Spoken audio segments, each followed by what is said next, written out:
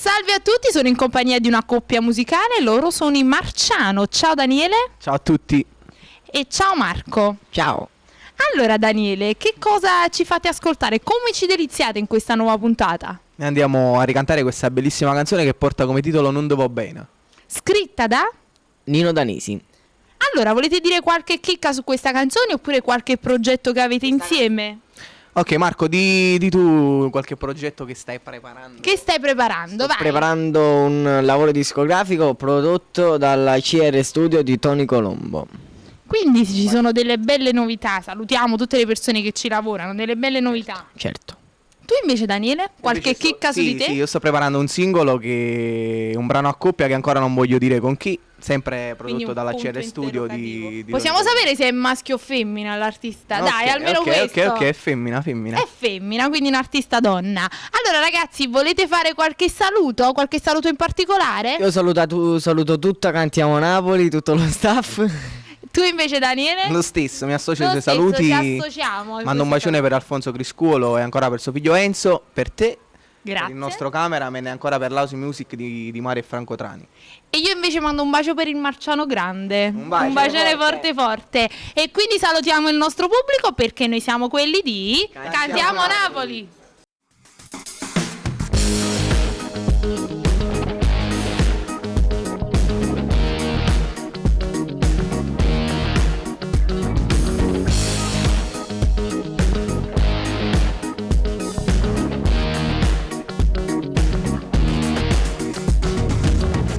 Caro amico mi ha sentito, tu per me sei un frate, te la già dicere, quello che sta insieme a te, l'ha già visto insieme a Nata, casa passava.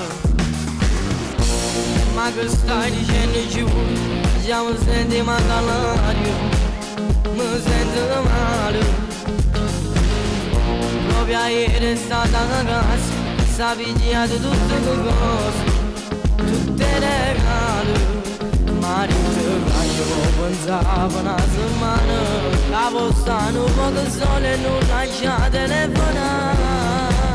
Non te va bene la sesta, non te la rita verità, se non ci tiene che può fare, non vale la pena la pensare. Se voglio bene la chiama, non mi riesce a lasciare come fa male, non può mai immaginare. Io per te ci tengo e dacci la verità, mi dispiace solo che tu mi avete basta. Dammi una mano a me ascoltare, stasera non voglio pensare, oggi ho bisogno di sfogare.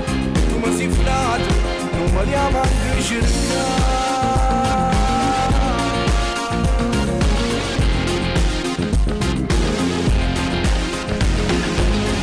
Ce nascimmo che stasera, giuro che ti sto vicino, può sta sicuro. E se non ti guardo mi, dentro la macchina giriamo, tutta nottata. Com'è difficile a capire, va bene, quando trova una maglione che non dice la verità. Non ti va bene la sesta, non te la rita verità, se non ci tiene che può fare, non vale la pena la pensare. Se voglio bene la chiama, non mi riesce a lasciare come fa male, non può mai immaginare. Io per te ci tengo e dacci la verità, mi dispiace solo che tu mi avete basta. Stasera non voglio pensare, oggi ho bisogno di sfogare. Tu mi sei frato, non mi diamo anche cercare.